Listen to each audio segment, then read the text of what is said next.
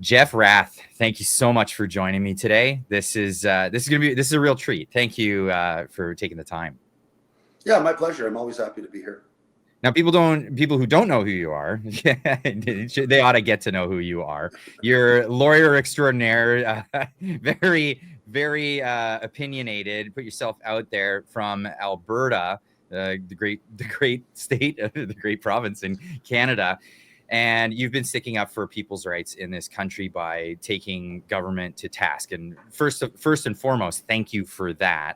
But today's conversation has a lot to do with Alberta, actually, and the rest of Canada right now, because we're going into a situation with the United States of America. Now, Donald Trump has been elected, and he's on a mandate to fix the neighborhood.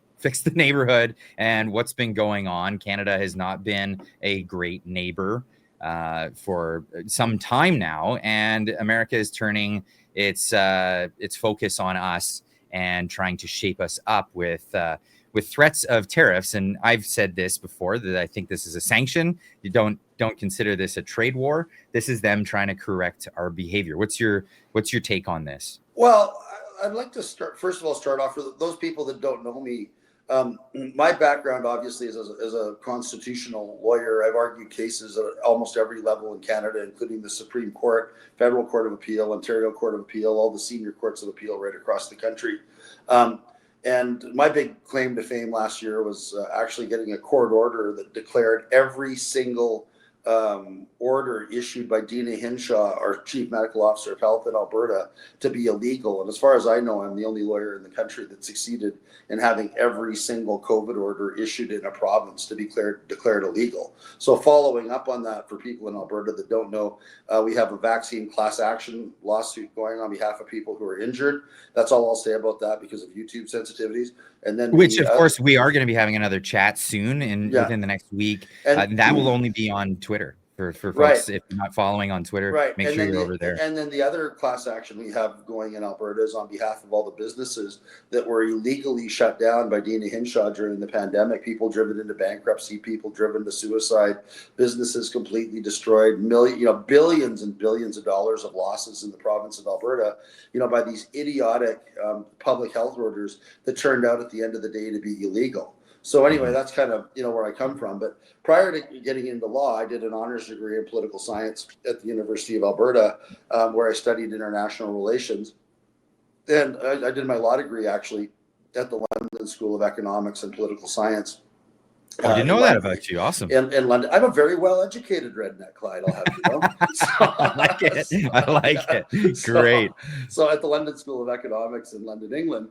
And, as a result, I have a very, very strong background in international relations, international law, et cetera. And I've obviously followed up with, geopolitics over the years, and my interest in military affairs, given that when I was a kid before I went to university, I'd actually terminated my high school program somewhat early and ended up in the Canadian military, where I came out as the rank of a sapper, as a corporal in the Canadian Combat Engineers.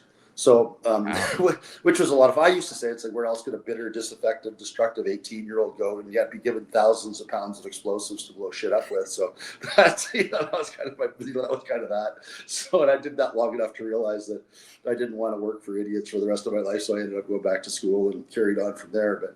But, and that's not referring to the people I served with. I'm specifically thinking of very, specific officers and senior NCOs that managed to almost blow us up on numerous occasions on various exercises, because they wouldn't pay attention to a mere corporal advising them as to safety distances and all those types of things. But my dad's a U.S. Air Force guy, and I catch him every once in a while when we're driving, and he has like someone cut off. He calls him Sarge. I mean, right. It never leaves you. It's part of your life after that. So I have a really strong interest in both military and military affairs and international relations.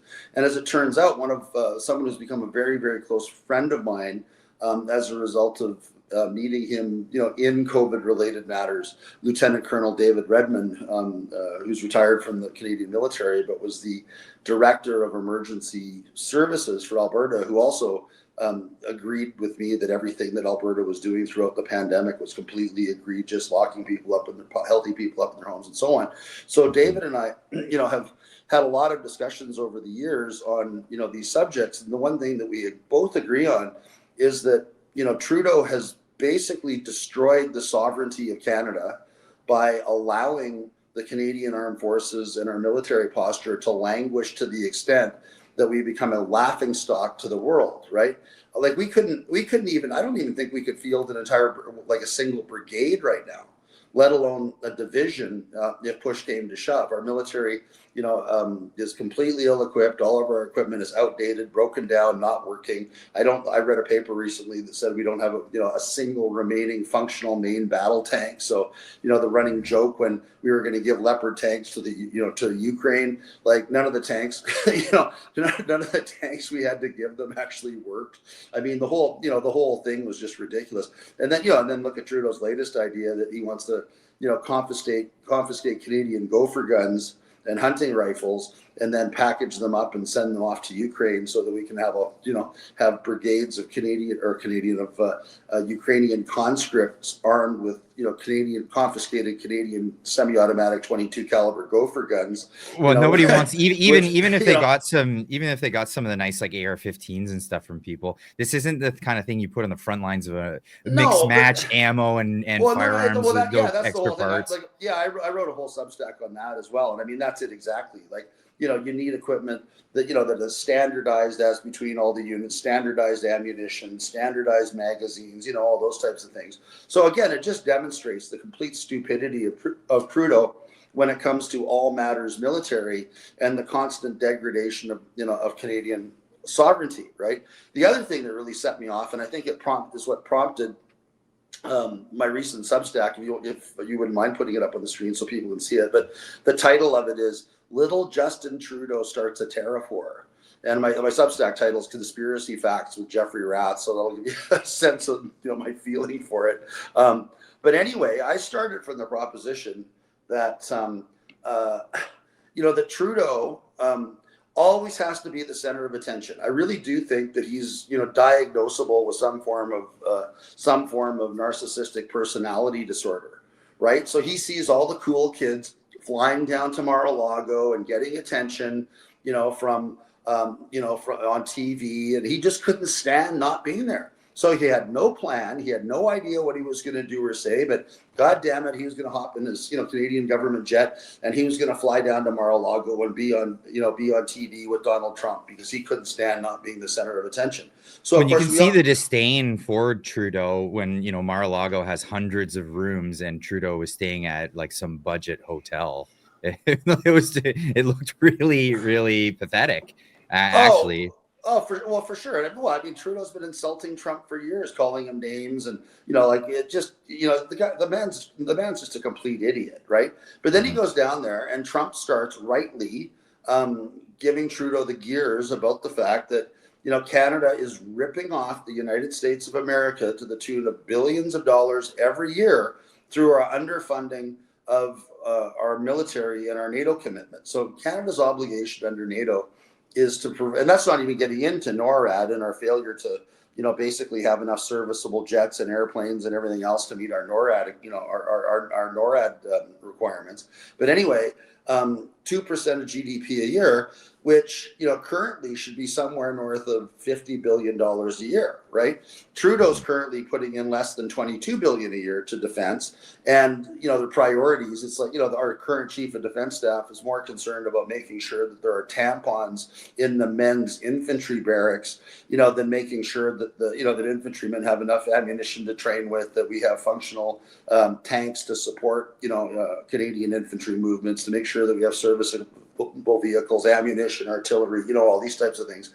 Nope, but tampons are the most important thing for boys. So, unreal. Right? Yeah, it's so unreal. This is the level of stupidity that we're dealing with. So then Trudeau goes down to Mar-a-Lago, and again, Trump's like, "Oh, look, we're sick and tired of subsidizing you guys. You're just ripping us off on a constant basis." And in fairness, I think when Trump was talking about the subsidy, it was unclear specifically whether he was talking about our trade deficit or whether he was talking about Canada's failure to meet our NATO commitments, or both, right? But Trudeau, like literally, when Trump raises the issue and says, "Look, if you guys aren't going to defend yourself, right? We're just going to declare you the 51st state, and you can be the governor rather than the, the governor Right. rather than the prime minister." Trudeau didn't know what to do. And then, of course, when Trump said, and we're going to demand that you do something about all these Canadian drug gangs that you're not rolling up. I mean, the giant fentanyl labs that are being allowed to produce in Canada. I mean, anybody, just has to go back 3 months in their news feeds to see that huge lab that was busted near Kamloops, right? All brand new buildings, storage facilities, all the rest of it, producing literally hundreds of pounds of fentanyl. Fentanyl that killed every citizen in Canada twice, 10 times over. Meth, MDMA, all that kind of stuff. And of course, where do those chemicals come from? China, right? And so it's like, so Trudeau, has basically allowed China to import all the precursor chemicals for fentanyl into Canada. He's done nothing about it. He's allowing, all of these new Canadians that he's flooded Canada with, in the last 8 years to, work hand in glove with China, to produce, these dangerous drugs. And of course, the Americans are rightly afraid that, all of these, people that, that Trudeau has flooded into Canada without proper background checks. I mean, the perfect example is I've read recently that the HIV rate in Alberta is up 73% because Trudeau's letting in all these new Canadians without even insisting on an HIV test, right? Oh, wow. So think about that, right? So we've got all these new, immigrants coming into Canada, and they're not even screening them for HIV. So we're bringing these people in to put a further drain on our healthcare system, right? I mean, all of that degrades our national defense. I mean, the province of Alberta, as an example, right? Last summer, Calgary didn't have enough water for all of its citizens. They were being water rationed. Last winter at minus 50, we didn't have enough electricity in the province. We were on the verge of a province-wide blackout at 50, 50 below zero. Because I'm sure, like a lot of Canadians, people from sub-Saharan Africa were cranking up the heat to try to stay warm at minus 50. And it was not to mention all of these green initiatives to all of that didn't work out very well. And right, but just sort of to finish, so we don't have enough heat, we don't have enough water, we don't have enough electricity, we don't have enough jobs, we don't have enough healthcare. But all of that has put these massive strains on our resources, and on top of it, we're underfunding our national defense and not even carrying the fact that a lot of these people that are in Canada are only here so that they can then sneak into the United States and and cause problems for the U.S. on the other side of the border. And Trudeau never thought that this was a problem for the Americans or anyone else, right? So when Trump called them on it and said, we're going to slap a 25% tariff on you, right? Instead of doing the rational thing that any normal person should do, which was to, and again, keep in mind, we're Canadians, like we're professional, I'm really sorry people, like we're known around the world for, saying constantly that we're sorry. I mean, when Trump raised the 25% tariff issue, I mean, all Trudeau had to do, with, regard to the border, fentanyl, all the rest of it, was to acknowledge that Trump was right. But of course, Trudeau's impossible. It's impossible for someone as narcissistic as himself to recognize somebody else's point of view or to acknowledge that they might be right about something. So, in my Substack, what I was pointing out is that literally all, Trudeau had to say to Trump was, President Trump, we hear and respect your frustration. Canada is almost 100% behind on our NATO defense spending obligation. The growth of Canadian exports of affordable oil and gas to the U.S. helped you keep gasoline prices down, and it's created a bit of a trade imbalance. We intend to address it. We'll be back to you with a plan that will include massive increases in Canada military, drug enforcement, and border protection spending to simultaneously resolve the border crisis, the trade imbalance, and the NATO spending issues. And if we were to do that, it would attack the trade deficit problem. It would certainly, stop Canada from being a national embarrassment on the global stage, to the extent that, when we talk about, Canada, like literally only contributing 1% of it, slightly more than 1% of its GDP towards its national defense. you have to ask yourself, are we even a sovereign country anymore? Or are we, what we really are, is a military protectorate of the United States of America, which is where I, A dependent. A dependent. And again, I think Trump was absolutely right on that. And when he called Trudeau out, instead of Trudeau, acknowledging the problem and telling him that we were going to immediately develop a workable plan, and this is where things got worse, Trudeau rolled over on his back like a little submissive puppy and said, "Oh, President Trump, I'm so sorry. If you put 25% tariffs on Canada, it'll be the end of our country. Oh, it's the end of our country." And then at that point, you show Trump any weakness, what's he going to do?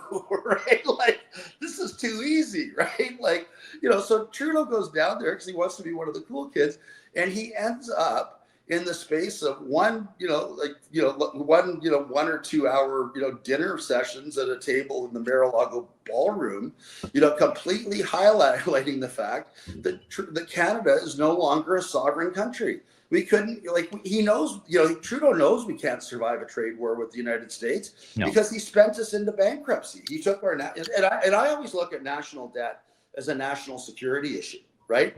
We went from successive governments, after his father almost destroyed our economy, right? So after Trudeau Sr., on behalf of, probably communist China again, and Castro, and, his friendship with Castro, and, his father was a dyed-in-the-wool communist. So, just destroyed the Canadian economy. So successive governments, worked to pay down the national debt, pay down the national mortgage. We had our national debt down to $400 billion when Trudeau came to power. Right? Less than 1 year's GDP. We had a fantastic balance sheet that allowed for Canada to be a relatively low tax regime. Our corporate taxes and personal taxes were lower in the United States, so much so that the Obama administration, were accusing Americans moving money up to Canada of money laundering and tax evasion and all the rest of it because they're trying to evade U.S. taxes by taking advantage of the comparatively lower Canadian tax rates, all of which was great for our economy, right? Absolutely. Now we find ourselves on the opposite end of that spectrum with we don't know the real numbers because Trudeau's such a, all of the people around Trudeau fudge the numbers, lie about the numbers. We don't know how much damage they've really done until we can throw these bums out and get somebody in there to actually look at the books. But that actually brings up a really good point, because Justin Trudeau just the other day, he was in a meeting with the Liberals, and he said, we have to try to convince Donald Trump. Oh, did I lose you? Are you there? I'm just having an issue here. Hang on. Okay. Yeah, no problem. But he went down, like, this isn't CBC you're trying to convince, right? Like they've done with the CPI numbers, flub the numbers and cook the books, and you can trick the Canadian public. He's trying to trick Donald Trump, and he's saying that he's gonna make it look like the narcotics numbers going into the United States are much lower than they actually are. And he's saying this where it's being recorded and Trump could hear it. I mean, how idiotic is this? That's the whole well, but that's the whole thing. Like, Trudeau's narcissism is so great that he thinks that he can treat Donald Trump like an idiot because he's just so much smarter than Donald Trump, is what he thinks in his little pea brain, right? In his little drama teacher brain, right? He thinks that he's the smartest man in the entire world and that Trump is an idiot. Like, even his recent, we're going to surge 10,000 frontline workers to the border. So I'm talking to my buddy David Redmond about this, Lieutenant Colonel Redmond about this. And he said, Jeff, I heard that. And he said, I was telling a friend of mine, I said, I don't know where the hell we're going to get 10,000 troops. We don't have 10,000 boots on the ground, army soldiers that we can surge anywhere, let alone equip them or sustain them in the field. And, he said, I was wondering, like, where the hell this number was coming from until I realized what Trudeau's talking about doing. He said frontline workers. He didn't say soldiers. The Mexicans are actually sending soldiers. So what Trudeau's talking about is the existing 8,500 donut eaters, the existing 8,500 donut eaters that are in Canadian border and customs, customs, Canada, right? And then he's Yeah. going to add probably another 1,500 customs agents. So he's not talking about expanding the military. He's talking about expanding, border protection services. And then he's making noises about, oh, we've already committed 1.3 billion. The money's already in our grossly underfunded defense budget, in our grossly underfunded border services budget, whatever. And then he's talking about another $200 million for so-called intelligence and joint task force work with the U.S. and all this kind of stuff. And of course, none of this is real money. All of it is just, is completely, complete window dressing. And he hasn't said for a minute that he has any intention whatsoever to immediately double Canadian defense spending to meet our, the shortfall. Of course, Trudeau says, it's just like him and his stupid climate change. See, frontline personnel.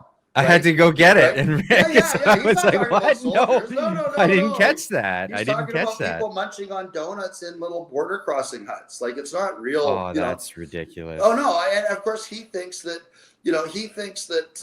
Trump is stupid. We're going to appoint a fentanyl czar. Like, who's he gonna appoint? I'm sure there's no. My money's on Randy Boissonneau.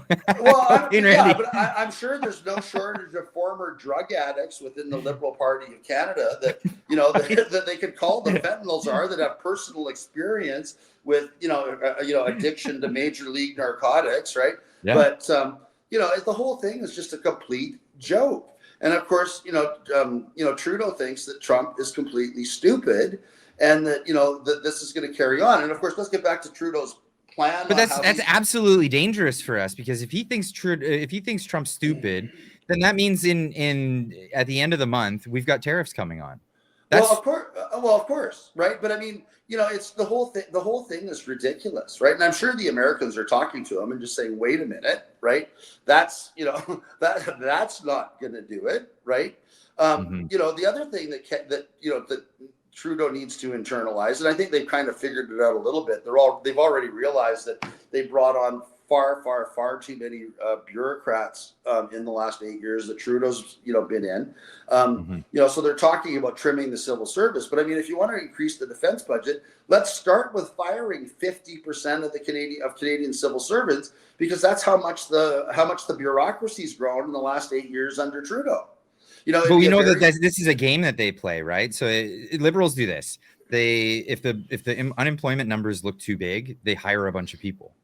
They get a bunch of unemployed people and give them cushy government jobs. It's a crappy way to just flub the numbers. Like I said, they don't actually bring prosperity. They talk about prosperity, but then they just try to spend their way out of all of these issues, or lie their way out of issues. Well, I mean, there's that. There's that as well. But I mean, everything that Trudeau is doing is completely phony. And what I was going to say is Trudeau's plan, right, to get Canada up to 2% of NATO spending, and Trump's now saying we need 3% or 5%, right? Trudeau says we're going to have we'll be back up to 2% by 2032. So 7 years from now. Of course, Trudeau's going to be long gone. Like, he's already gone. That was his plan. And then, of course, along comes Mark Carney. So Trudeau's plan is, okay, Donald, we're only going to embezzle from you for another 7 years, right? So we're going to continue to not be a sovereign nation and continue to, thumb our nose at all of our military, requirements, for another 7 years. Mark Carney said, "Oh no, I'm going to take defense seriously when I'm the new liberal dictator of Canada. I'm going to resolve Canada's military underfunding within 5 years. I'll be up to 2% within 5 years." So again, there's Mark Carney wanting to come in as prime minister, literally telling Donald Trump, "Well, it's my plan for Canada to continue to embezzle money from you for another 5 years." Right? I mean, like, this is absolutely ludicrous. And I don't think Trump's going to stand for it. Like, I honestly don't. No. I mean, Trump's not a stupid man. And when he warned everybody that this was going to happen during his first term. And, Canada just blithely ignored him, and Trudeau went off to Ottawa to sing Bohemian Rhapsody, and, while staying in $10,000 a night hotel suites, and, running around the world dressed like, dressed like something out of a John Prine song. Dressed like the elephant boy in India, like whatever it is, right? Yeah, they made fun of him incidentally. They said that he was more Bollywood than Bollywood when he went there. Yeah. Because he was meeting Bollywood stars and they were dressed in suits. And he's like, the man's a national embarrassment, and I mean, Trump knows it. Like, he's not taking these people seriously. So that's what we're dealing with, and then so this is extremely dangerous for Canada, because Canada doesn't. I see it a lot. I see it in the comments. Canada doesn't realize how little America doesn't need us, or like how little America needs us. So we're at probably one of the most crucial points in Canadian history in terms of an actual crisis with regard to Canadian sovereignty, right? Yes. And the other thing they don't understand is that we need, from a national security perspective, we need to immediately start addressing the national debt. And we can't do, and unfortunately for Canada, they can't do it by continuing to raise taxes and, all the rest of it, because Canadians are already broke. I mean, no working people can't even afford, can't even afford an apartment because of the degree to which Trudeau has skewed all the housing markets in Canada by letting in, effectively 8 million or more refugees and immigrants through his term. I mean, he had his own open borders policy in Canada. The only problem for Canadians is it's way harder to deport them because they're all brought in legally. I mean, if you think about it, I mean, God, Canada, probably brought in close to the same amount or greater amount of new Canadians than Biden allowed to cross through his open border. You mean per capita, or? Yeah, no, in total. And I mean, we're a country that's 10th the size. Like, if we looked at the per capita numbers, the number of new, Canadians that have entered the country under Trudeau probably dwarfs on a per capita basis the number of people that went into the United States. So, right. And it becomes an affordability problem, right? Because you've got a lot of these people that Trudeau let in that are unilingual, or don't assimilate very well into Canadian society. I mean, it was so bad that during the why would they, when they have their own enclaves? I mean, there's no purpose to do. It was so bad that during the last provincial election, Rachel Notley was going into Northeast Calgary and promising various African ethnic communities unilingual Somali language education or unilingual Ethiopian language education. So in other words, the Alberta taxpayers were going to pay for schools where these people could be unilingually educated in their language of origin, which in other words would make them completely unfit for employment, in Canada, other than in their own little enclave or their own little community, cementing their position in our society as a massive economic drain on our society, as opposed to, people that are here to contribute to our society. And an argument there would be, why don't we just help them over there? It would be cheaper for us. But it looks like we're already doing that. This has been coming out, like all of these things from Global Affairs Canada. Kirk Lubermoff pointing this one out. Unreal. Canadian taxpayers have spent almost $14 million to try and teach Muslims in Bangladesh not to marry kids. Apparently, it hasn't been working out very well, nonetheless. But this is like, it doesn't matter what we're doing. We're throwing away all our money, and we're ruining our country at the same time. I mean, well, and the problem is, from a national security and sovereignty perspective, like, we're broke. We're on the verge of bankruptcy. And then, and did you see like Chrystia Freeland and Mark Carney and all the Liberals and all the, and the NDP, they're almost gleeful about this trade war that they almost provoked with the United States, because that was going to be an excuse for another round of multi-trillion-dollar, CERB checks, for all the poor people that have been affected by the tariffs and the evil Donald Trump. This is now a national emergency that now requires them to print even more money and cause even more inflation by doling out free money to solve a problem that they themselves created. We can't survive that. We were bankrupted from the last round of CERB. Well, we couldn't do it again. That's the whole point. And again, from a national security perspective, like the Americans are going like, well, we're the ones slapping tariffs on you because you're not doing your job and defending your borders and meeting your NATO commitments and all the rest of it. Don't look to us for the money. Well, who's the only country in the world that has enough foreign currency reserves to underwrite Canada's ongoing, ongoing bankruptcy, and who will end up owning most of Canada? It's Communist China, which unsurprisingly is the same country that Trudeau wanted to invite to do joint winter warfare exercises at CFB Petawawa with, right? Not thinking for a minute that our NATO allies might be a little bit upset about Canada helping a country who still hasn't signed a peace accord from the Korean War, right? If you think about it, China, right? Teaching China, first of all of NATO's winter warfare doctrine, and then also teaching, the Chinese how to more effectively kill NATO soldiers in winter conditions. Needless to say, our NATO allies were somewhat annoyed with this.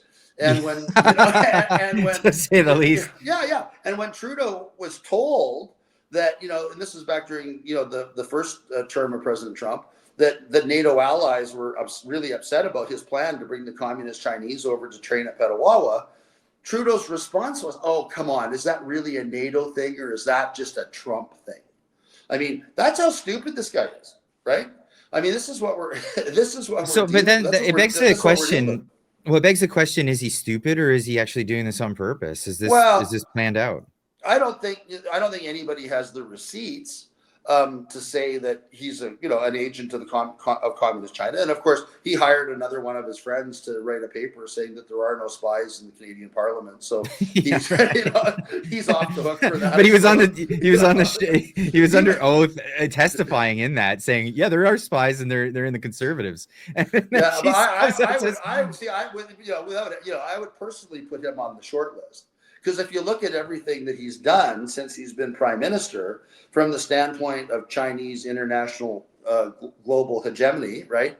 Everything and every policy that Trudeau has enacted has been to the detriment of the Western Alliance and the Western powers and Canada and the United States and Europe. Everything he's done has been to the detriment of the Western Alliance, and every policy that he's enacted has, from the gutting of Canada's finances to the degradation of our armed forces to the, basically to the planned confiscation and seizure of legally owned firearms in the hands of Canadians that are very capable of using them should the need arise.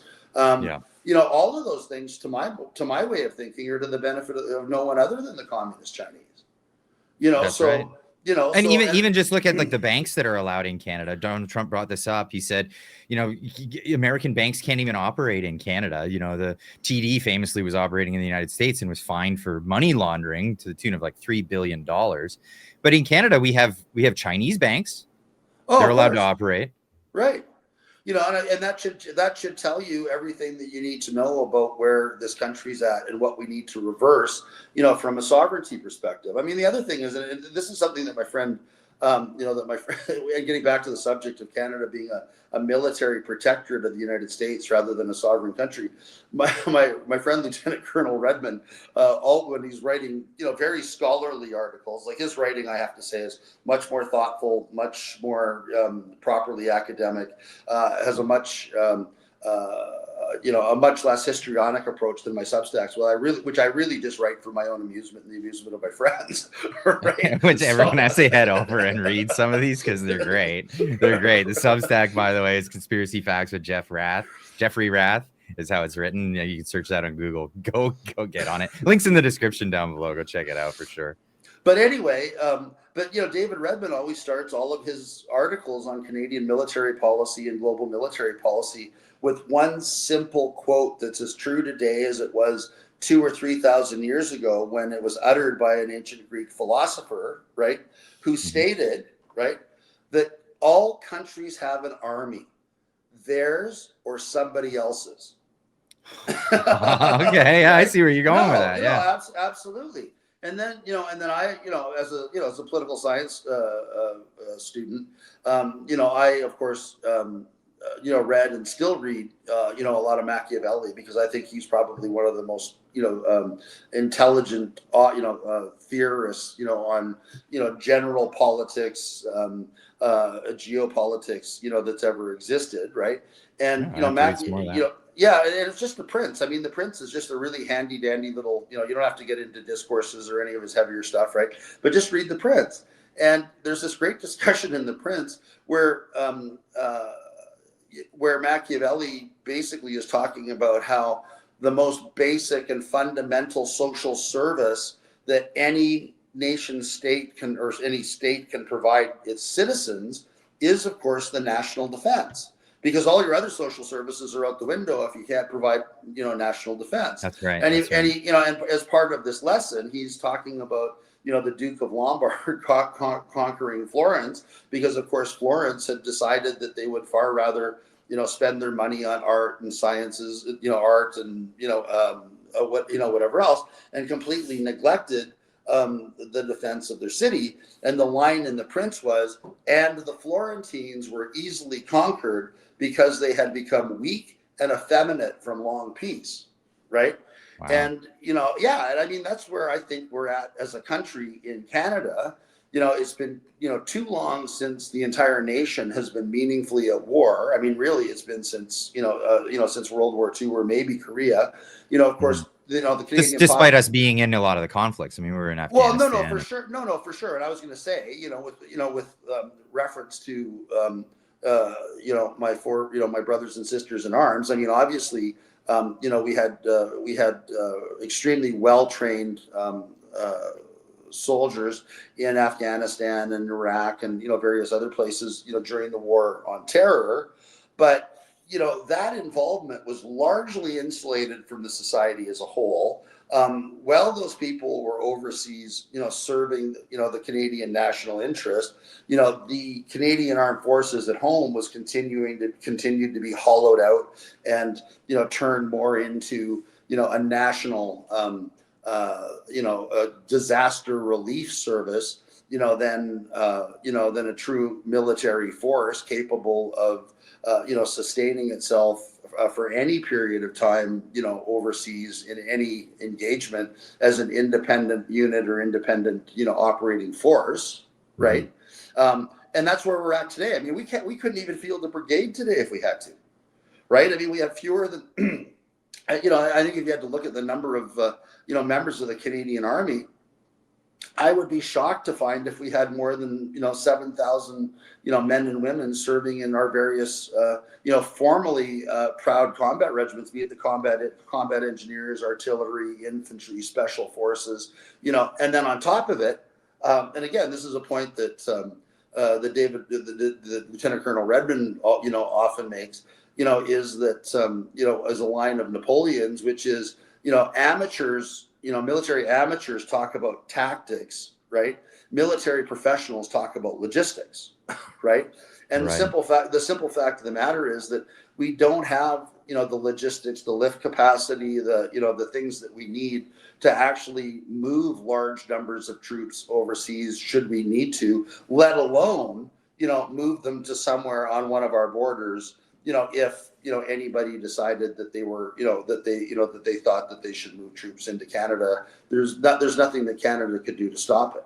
And I mean, Trudeau's been like this across the board when it comes to anything. I mean, his housing initiative was a prescription of just throwing money at a problem without the logistics to be able to do it. I mean, our trades workers at the moment have the capacity of building about 230,000 homes in a year. And he was talking about building way more than that. And it's like, well, where are the tradesmen going to come from? You haven't been importing any tradespeople. No, but again, that was the stupidity of it. And it actually, it's like, oh, that's easy. We'll just bring in more builders from India. So but we didn't. We got more. We got more managers. But here's the problem, right? We don't have enough houses because we brought in too many people from other countries that need houses. And the answer to getting more houses is to bring in more people from other countries to build houses for the people that we brought in from other, I'm serious. It's infuriating, man. It's infuriating. No. And it actually reminds me, it's like my family has a congenital generation-long illness or sickness, which is called horses and horse racing. And right, and all of us, have this love. Some of us carry the family gene for loving horses and spending way too much time with horses and raising race horses and all that kind of stuff. And I mean, I had a great grandfather that was famously asked, it's like, well, why do you have all those horses? And he says, well, I need them to pull the threshing machine, the threshing machine. Well, what do you need the threshing machine for? Well, I need the threshing machine to make hay. Well, what do you need the hay for? What do you think? To feed my horses. Right? Like that, right? So I mean, we're kind of in the same boat right now that we've got all these problems that have been caused by this mass migration of people that largely don't plan on assimilating into Canadian society, or not easily. Like when you see all the protests that are going on and all the violence that's occurring in our cities, and and all the rest of it. And we don't have enough houses for them, so the answer is to bring in more people that aren't easily assimilated into our country, that may not even speak French or English, and have them build houses for the people that are already here. I mean, it's ludicrous. And in the meantime, anybody that was born in Canada, that's is in their early 20s, hoping to have a career, hoping to have their own home, all of those types of things, that dream is gone. And then think about the debt that Trudeau has now saddled, all of these, I'm old enough now that I refer to anybody under the age of 30 as a kid, saddled all these kids with, that are going to be carrying that debt for the rest of their lives, along with their children and my grandchildren, right? I mean, it's just absolutely ludicrous that this is where we live. We're now back to a point where just servicing the Canadian debt that Trudeau's run up in the last 8 years is going to fully gobble up 50% of every tax dollar that's raised in this country.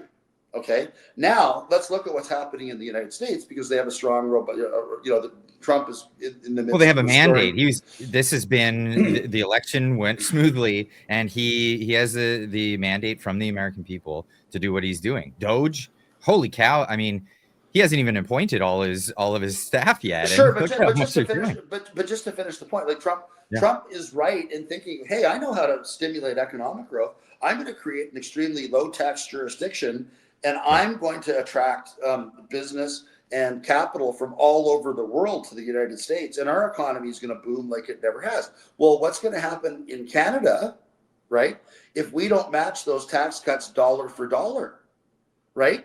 All the business is going to leave. Absolutely. And foreign investment in Canada is going to completely dry up.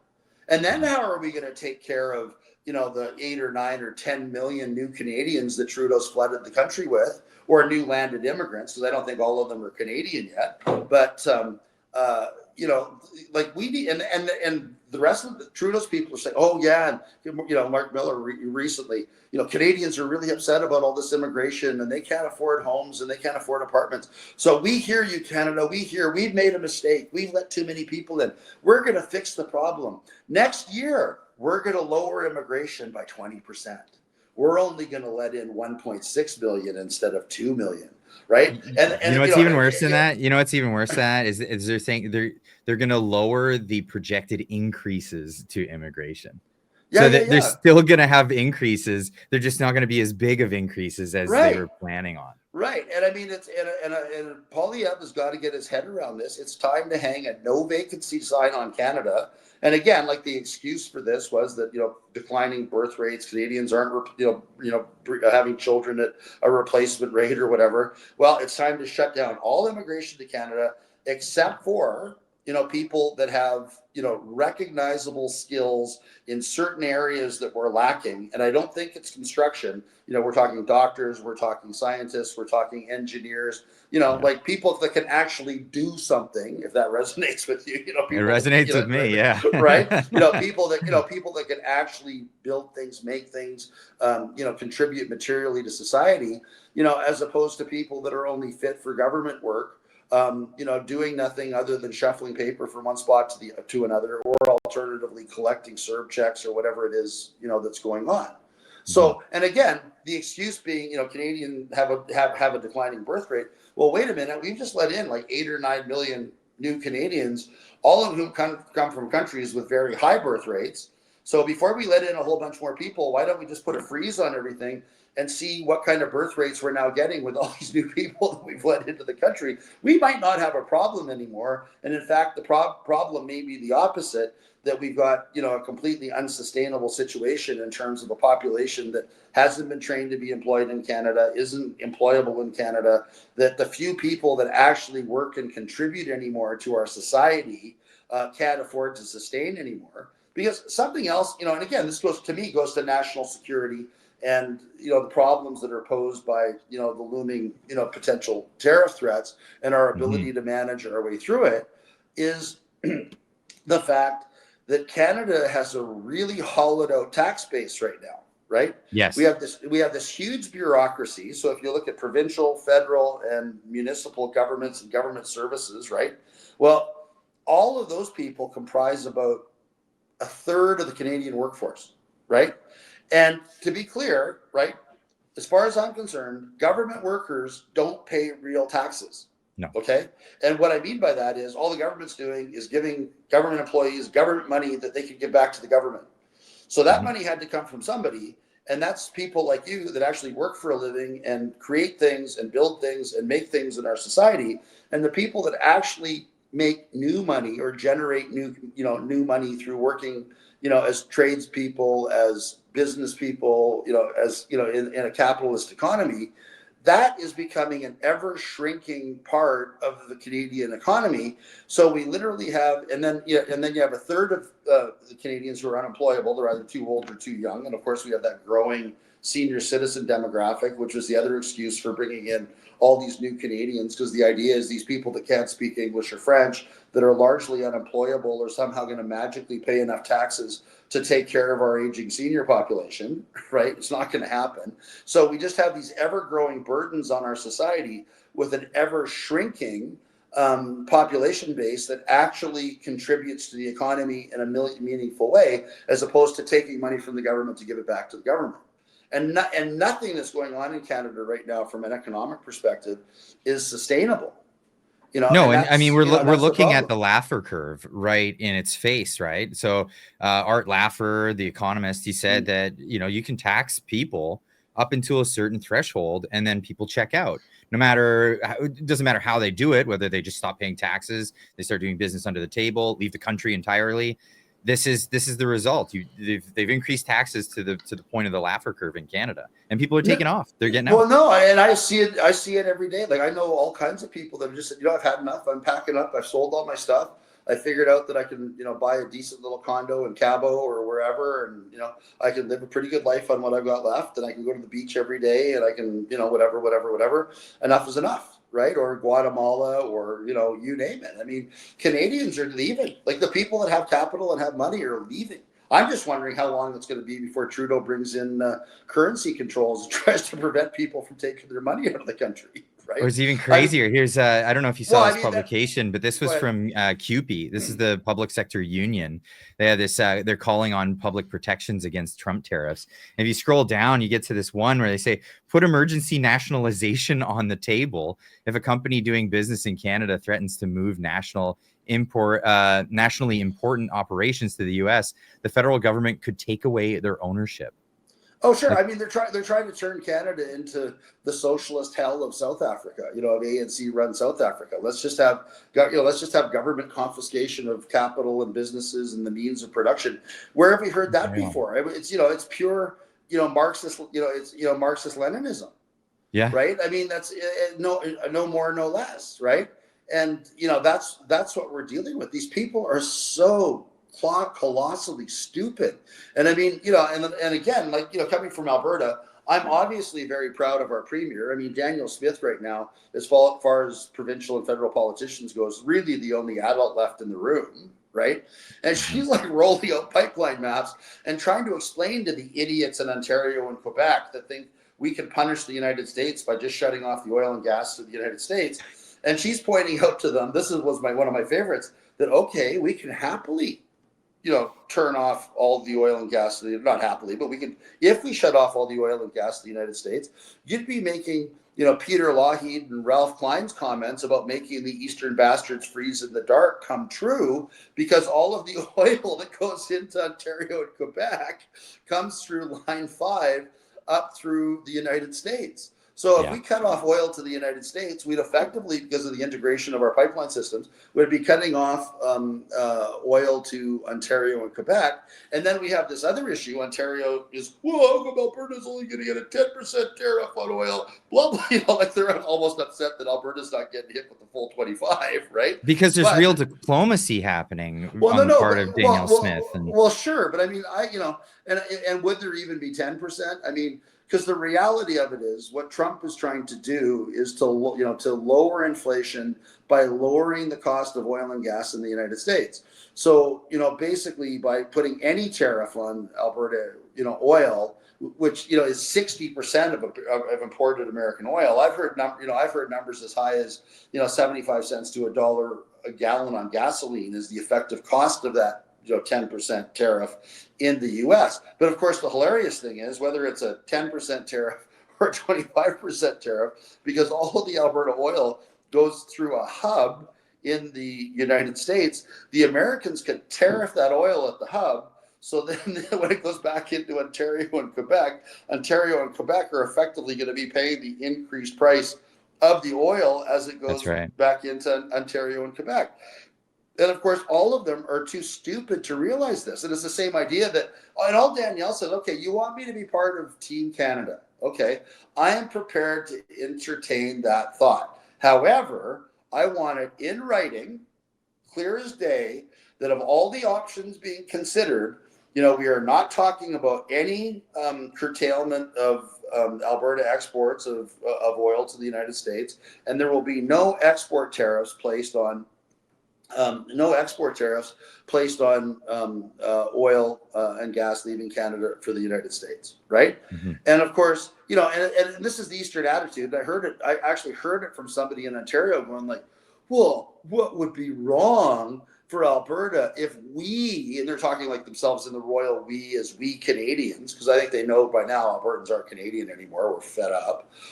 If we put a 50% export tariff on oil and gas and then gave all of that money back to you, we'll just give you all the export tariff money. So what would be wrong with that? It's like, well, first of all, Alberta has always not fared very well when we give you our money with the hope that you'll give any of it back. I mean, Alberta's still running deficit budgets while sending, while we're getting raped for $14 billion a year that goes to Quebec, who now gets to run surplus budgets, right? Right. So, so this whole idea of the central government, the we taking money from Alberta and giving any of it back has never worked that well for Alberta. And then, of course, the other thing that's so funny about these idiots in Ontario that think that you can slap a 50% export tax. I mean, the idea is so stupid that you have to laugh, right? That they think that if they slap an export tax on oil and gas going to the United States, that somehow or other that's going to hurt the United States. The Americans are just going to freaking laugh, because that means they've effectively put a tax on the oil moving back into Ontario and Quebec. So they're going to end up having to pay that same export, that increased price of oil. And of course, it's just going to add, to the costs of inputs in the economy, drive inflation in Ontario and Quebec, make oil and gas. And I'm sure, the gibbering Gibault and Trudeau and, those idiots, don't want people burning oil and gas anyway. So maybe in their own way, they think this is some sort of new carbon tax that all these export tariffs are going to get added up and double or triple the price of oil going into Ontario and Quebec. Who knows, right? But that being said, I don't know whether you caught it recently, like, the light bulb almost went on over Gibault's head the other day. I mean, it's a half light bulb because he is a dimwit, so it's a dim light. But the dim light went off over Gibault's head the other day, and when he realized that how vulnerable Ontario and Quebec were to either having their oil entirely cut off, because he'd never seen a pipeline map before apparently, and didn't realize that all the oil and gas in Ontario came through the U.S. When he realized that all other tariff plans, all other tax plans, all other, curtailing oil and gas going to the States plans would actually cut off the oil and gas to Quebec and Ontario, which would mean he might not be able to heat his home. He actually started talking about the national need for an Energy East pipeline. That's so insane. We could have a pipeline finally have a pipeline going straight from Alberta to through into Ontario and Quebec without going through the States. But I guess if anything came out of this, the very fact that Eastern Canada has now been given a lesson on how oil and gas moves around the continent, maybe this was time and money well spent.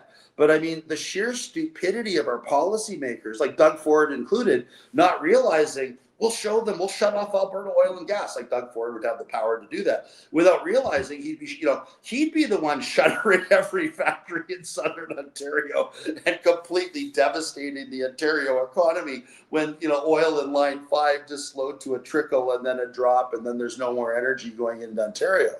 Well, and then there's the automotive sector. I mean, if the tariffs came on, we're talking cross-border. Things are manufactured part way in Canada and then sent over to the American side, whether it's in Ohio or in Michigan, and then it's sent back to Ontario or to Quebec. And these pizzas are crossing borders constantly, maybe 12, 13, 50 times before the car is made in an assembly plant.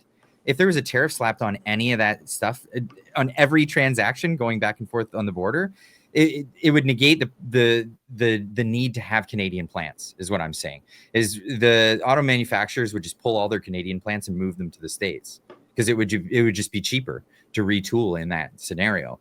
So Canada's really hurting in this if they go through with this. And this is why I want to know your opinion on this. What Justin Trudeau, he thinks that this is about making us the 51st state. And he actually said this on a hot mic recently. I'll put this video up and just get your reaction to it. So this was him after they kicked out all of the media, and he was still on a hot mic, and he was talking about Canada. Trump has it in his mind that the easiest way to do it is by absorbing our country, and that's a real thing. This is what he said. Trump has it in mind that the easiest way to do it is absorbing our country. And it is a real thing. So I don't know if he's just fear-mongering to his own crowd internally, or if he actually believes this. No, but it's a joke in the U.S. They don't actually want to absorb Canada. That's not a thing. Who the hell would want a bunch of Ontario Liberals in their country? I'll ask you that right now. And then who well, not a Republican president. Let's just say that. No. And who the hell would want a bunch of unilingual French socialists in their country? Well, not a Republican president. They don't want Ontario and Quebec in the United States of America. I think they would gladly, if Alberta, could say, hey, we either want to be independent from Canada and, we'll have our own, we'll become members of NATO and we'll have our own agreement with the United States, because now all of the money that was, formerly going to Quebec will now be, sent, spent in Alberta on Alberta's own national defense force, which will be fully integrated with the U.S. Defense Forces, et cetera, whether it's an independent Alberta or Alberta going to the United States and say, hey, by the way, we actually have more oil in Alberta than you have in all of the continental United States. We'll happily, vote to join you and have 15% corporate taxes, 20% income taxes, not have to worry about going through border checkpoints to go skiing in Whitefish anymore. All of those things, right? What's the reality of something like that actually happening? I actually think that if it was sold properly to Albertans, if the Americans were to do what the CIA used to do in the 50s, right, with Radio Free America and, basically educating Eastern Europeans on the evils of communism, right? If they were to set up, that kind of equivalent, in Montana, where, you have a massive radio station beaming into Alberta, we'll call it Radio Free Alberta, and, TV and internet and everything else that did nothing 24/7 other than provide really, really good entertainment and educate Albertans on all of the benefits of voting to remove themselves from Canada and the clutches of the evil morons in Ontario and Quebec. I think you're describing Twitter right now. Right? Well, totally, right? But I actually think that it's a real thing. But also, why else do you think Trudeau's been flooding Alberta with all these new Canadians, right? They're all beholden to the federal government for welfare. They're all beholden to the federal government for their shiny new Canadian passport. They don't understand. They don't have the historical sense of grievance that most Albertans have, going back to the 70s, with how badly the communist Trudeau Sr. almost completely wrecked the Alberta economy with the National Energy Plan and all the rest of it. And let's face it, Trudeau Jr. now, Skippy is on his way out the door, and on the way out the door where he has no electoral slowly. Yeah. So no, he's dragging his heels, because I'm sure it's high. I can't say that it is true because I don't have the receipts, but let's imagine a conversation between Trudeau and somebody who might be employed by the Ministry of State Security in China. And we go, look, little potato, we really appreciate all of the damage that you've done to the Canadian economy by creating this $4 trillion deficit that really can, that leaves all of Canada extremely vulnerable to Chinese influence and Chinese control. But we don't think you've wrecked the economy enough.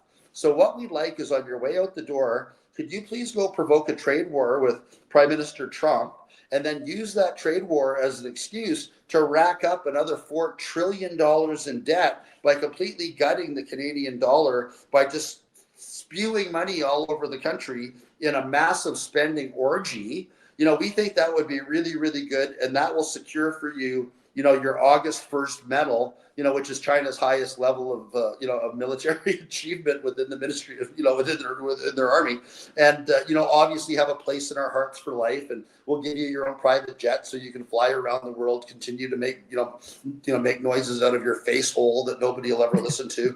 And, this is why I have you on my show, man. That's why I have you on my show. Right? Oh, moments like that. But no, that's hilarious. It's not outside of the realm of possibility, because that's how stupid Trudeau is. So, is he a communist agent for, communist China, or is he really that dumb? I could go either way on it. I think, I personally, just because there is no actual proof of, him being an agent of communist China, I think he's really that narcissistic and really that dumb, right? And then look at what else he's achieved, right? Because, there's this potential for this massive spending orgy on the horizon, right?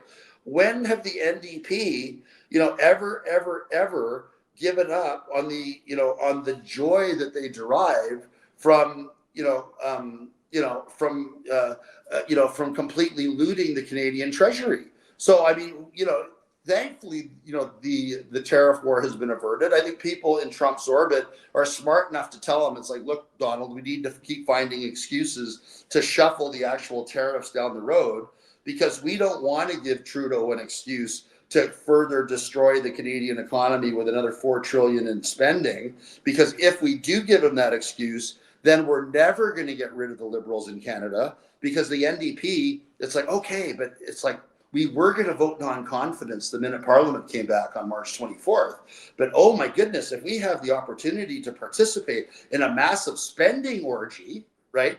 Well, of course we want to go to the spending orgy. So we'll continue to support the government of Canada until, whatever election happens in the fall of 2024, or we might even support them in voting, because of the national emergency caused by the trade war, to extend Parliament for another year to the 5-year constitutional maximum, and not have an election until 2026, if we have the possibility of finally bringing true communism to Canada through, universal basic income that's required because of the tariff emergency and whatever, and we'll have the opportunity to truly spend Canada into bankruptcy by 2026. That's a nightmare scenario, but it's one that's certainly not outside of the realm of possibility.